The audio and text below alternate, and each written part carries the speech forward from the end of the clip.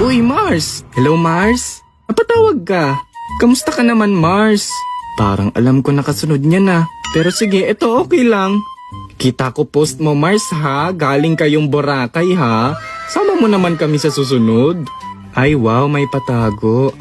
Oo, Mars, galing kami doon. Masaya din. Nakakapagod lang. Buti nga kayo, Mars, pa-outing-outing na lang eh. Pinag-iipunan talaga namin yun, Mars, syempre. Trabaho, Monday hanggang Linggo. Kailangan din natin mag-unwind kahit papano. Ang dami nyo ng pera niyan, Mars. Baka naman makahiram pang gatas lang at pang baon ni Junior. Ay, Mars, wala naman akong maipapahiram. Kasi nakabudget na ang income namin buwan-buwan. Ay, ganon. Bayan, may pang-outing pero ayaw magpahiram. Ay, kasama ka sa budget.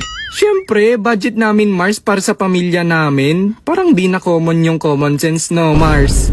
Yan, ang yabang nyo na. Palibhasa, ang gaan ng buhay nyo. Ay, FYI for your information without complication.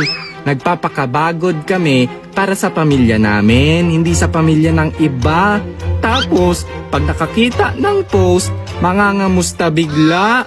Bongga! Sige na, Mars, magtatrabaho pa ako. Kasi pag di ako nakapagtrabaho, baka mangamusta din ako sa iyo.